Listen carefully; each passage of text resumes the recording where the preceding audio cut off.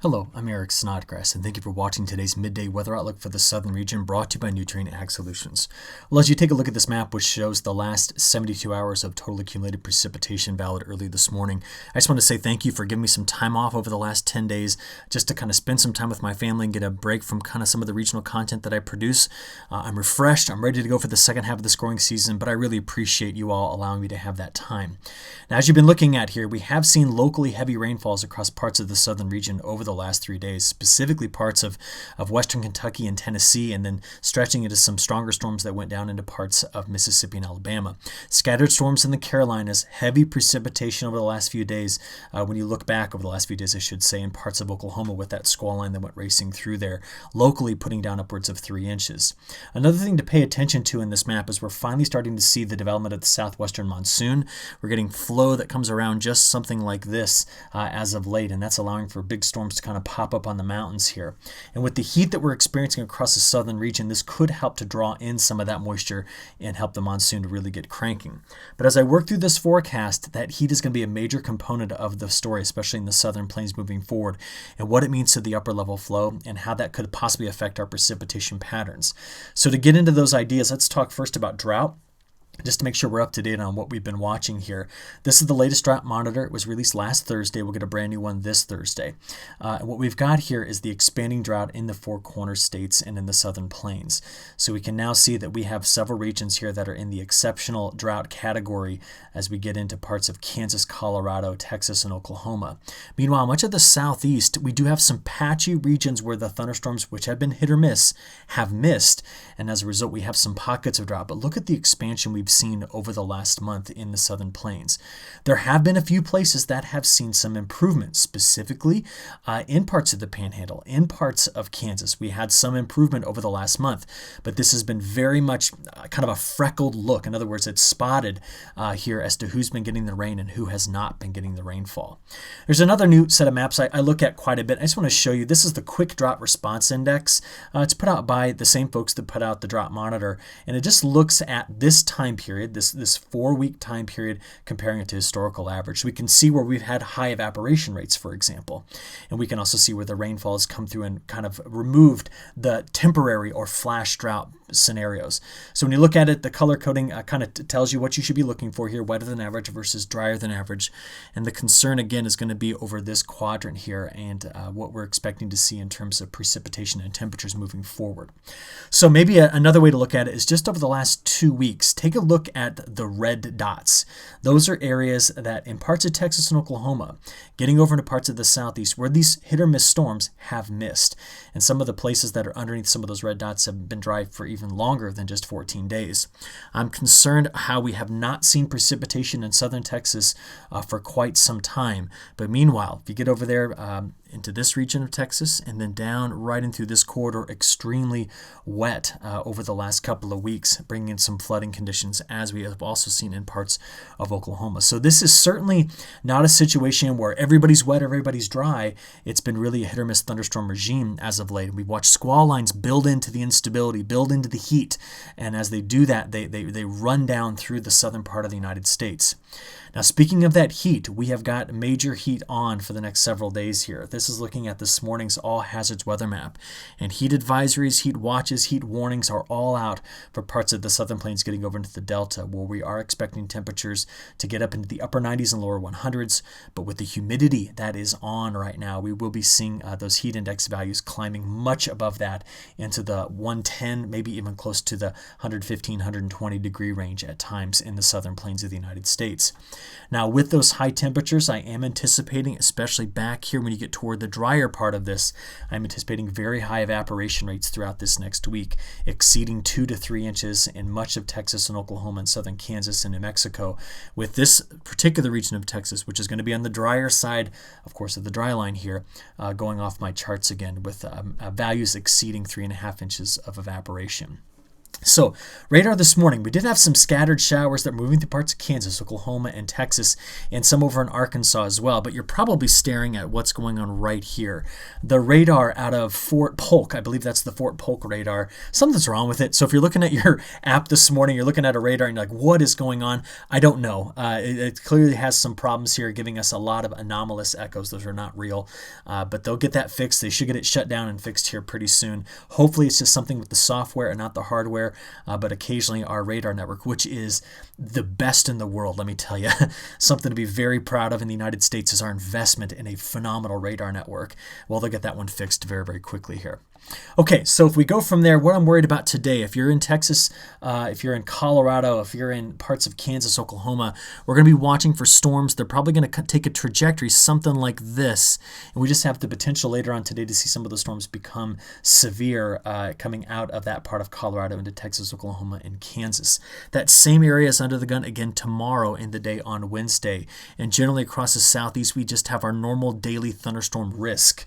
So if we take a look at what the winds are doing, you can see the flow coming up just like this at the surface, but the mid and upper level flow is coming around the top. So that's where we're going to be watching for our convergence in the low levels of the atmosphere, potentially giving us rise to thunderstorm activity. As we work our way into the next day, this is your moisture transport coming right in through this particular area. And as it meets up with that dry air coming off the high plains, that's where we're going to watch for our storms to erupt. So just taking a look here at winds. Very windy next couple of days in the southern plains. You can see it extending here in the day on Thursday as well. Okay, total accumulated precipitation. Now remember, our models, as we've been discussing all summer, do not tend to capture convection very well, especially the ones that we run out a week and beyond. And so as a result, when you look at this map, which is from the National Weather Service, here's the thunderstorm activity we just discussed coming through this area. But you notice that much of the rest of Texas, Oklahoma, the Delta region is looking on the drier side of things. Remember, when I make these maps, don't get confused by the colors. My first contour, this one right here, is just for a half of an inch of rainfall. And the inner contour here that I put on these maps is for 1.5. And then you can look at the color code for everything else. Now, what we will see across this whole area, though, is daily convection, storms that pop on the heat of the day. So we could get some locally very heavy rainfall out of some of these storms that'll pop up. And I'm going to show them to you in detail in a few moments. But just on the broader scale of things, much of the action's up in the Canadian prairies, and it brings weak fronts that just don't get down into the southern region. So that's where we see the wetter conditions here in parts of the Corn Belt, the Great Lakes states, and overall much of the southern region is dry. We're going to talk about why the tropics aren't influencing this much either here in just a few moments. So this is week 1 precipitation anomalies from the National Weather Service. Now, as we look out as to what's happening over the next week, we are going to be seeing, again, see the troughs here? They're sweeping through the Canadian prairies. We have a broad ridge that is stretching here over the southern region. And its height value is 5,904 meters. Now, what does that mean?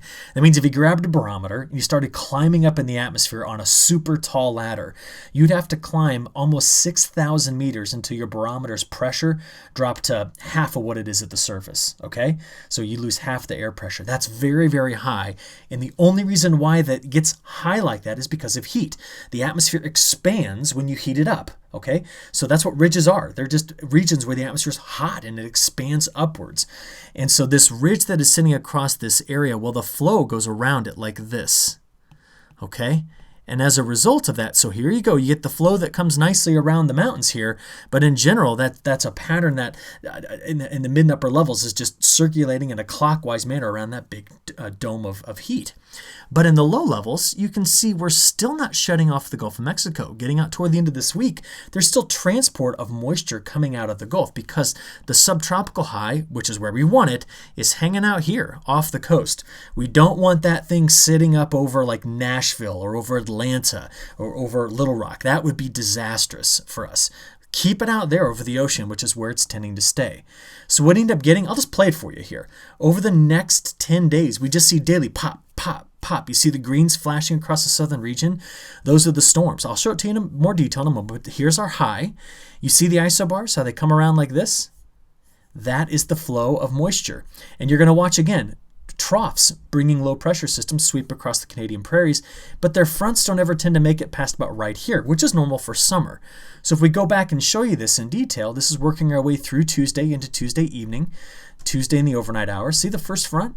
It just doesn't get down far enough to the south. Now this does not mean we can't still get storms down here. It just means that the bigger features are staying north of us. So look, on Wednesday afternoon, see the storms down here popping on the southerly flow? That's it. We're watching again this area for storms on Wednesday evening, that same targeted area I just talked to you about. As we go through the end of this week, this is Thursday afternoon and evening. Once again, just widely scattered, muggy conditions. Thunderstorms pop in those muggy conditions, which you all know very well across the southern part of the United States. It's just drier in central Texas. It's drier in western Texas, where we don't have the moisture transport getting that far back to the west. So here's Friday evening. Getting into the weekend, this is Saturday morning, afternoon, and evening. Now getting our way into next week. This is Sunday morning, afternoon, and evening. So you can see how this is going to continue to play out. Just scattered storms. So you're going to see in your forecast apps, and you're going to see on the National Weather Service, 30 to 50% chances of rain each day. That's the scattered nature of these storms. Okay, as we get out longer term, a couple of things to point out. We still see broad ridging here, with kind of a core of the ridge sitting right over parts of Tennessee. Now, this is upper level flow, all right? But in general, what we don't see is we don't see the atmosphere building a ridge like that, okay? What it's doing is it's kind of coming in and flowing in this direction, and that's good. Overall, that's very good. Now, the problem with that is wherever that ridge is going to sit, it's going to give us drier conditions, and you can see the models kind of picking up on those drier conditions in parts of the South Central Plains. But I'm going to tell you, we are still going to see thunderstorm activity in here. It's just going to be hit or miss, and these models can't see it. The ridge-riding storms are on the north side of it, and look at the European model, trying to bring the moisture transport up into the southwest, giving us some early looks here at the monsoonal season getting going. So overall, I don't look at this and fear, super hot, super dry conditions, especially in the southeast. I think we're going to see a lot of thunderstorms. My risk for for the lack of it has always been over here the closer you get to the high plains. It's only hit or miss in that area. Okay, so from there, let's talk temperatures as we wrap this one up. The heat is on. You already saw the heat advisories out. Look at these high temperatures today in the southern plains. A lot of mid to upper 90s as we stretch over toward the southeast. You will see once again that the fronts just can't get through the Corn Belt here. As I play this forward, notice by Wednesday it gets just to about there, but everything to the south of it just stays hot. And then notice by Thursday it's gone. The front is too weak to penetrate far to the south. So triple digit heat in this part of Texas and Oklahoma, mid to upper 90s stretching across parts of the Delta over toward the low 90s here over the southeast, which is very typical of this time of year, just a little bit warmer than normal. Same thing on Friday, Saturday, Sunday, and Monday. That's the impact of that broader ridge sitting over this area. Very close to average temperatures here, and with the heat sticking on the backside of it over on this side. As we look out into the 6 to 10 day time period, the European model probably has the better handle on this. You see the 1 to 5 degree above average temperature range here, with the higher heat probably being back over in the Texas-Oklahoma panhandle than stretching up toward the eastern side of the Great Lakes. As we go there into the 11 to 15 day time period, again, let's take a look at the European model, keeping the biggest and warmest temperatures compared to normal here, but much of the southern region continues to stay on the warm side of things. Tropics, real quick as we finish this up. As I discussed yesterday, the MJO, been here for 45 days, just barely moving into phase 2 and 3. Why do we care about that? That'll shift this, which is our convectively suppressed air, in other words, sinking motion. It's going to shift it to the east as well. So what that's going to do is that's going to help eliminate any threat we might have of tropical development. So you can see from the National Hurricane Center, next 5 days are quiet. Days 7 through 10 from the European, maybe watching some development coming here off of the west coast of Africa. But this is the probability of tropical depressions forming. So this isn't even looking at tropical storm or hurricanes forming like that. So that's really where we're watching here in the near term. And what I'm going to finish with is, this is the new long-range outlook for the month of August. And what we see here is a hot and also a stormy pattern. I know you're going to, but I see dryness in this area. What I'm going to tell you is I still don't see anything that fully shuts down the Gulf of Mexico. So I think we're going to have some regional drought stresses, which we've seen for a while, but I still think we're going to get moisture in through here, and we're going to get daily thunderstorm activity through the month of August. So hot and wet summer, hot and stormy summer, I should say, is still on pace for the rest of this year. Okay. Hey, thanks so much. Have a great week. I'll give you the long range update tomorrow.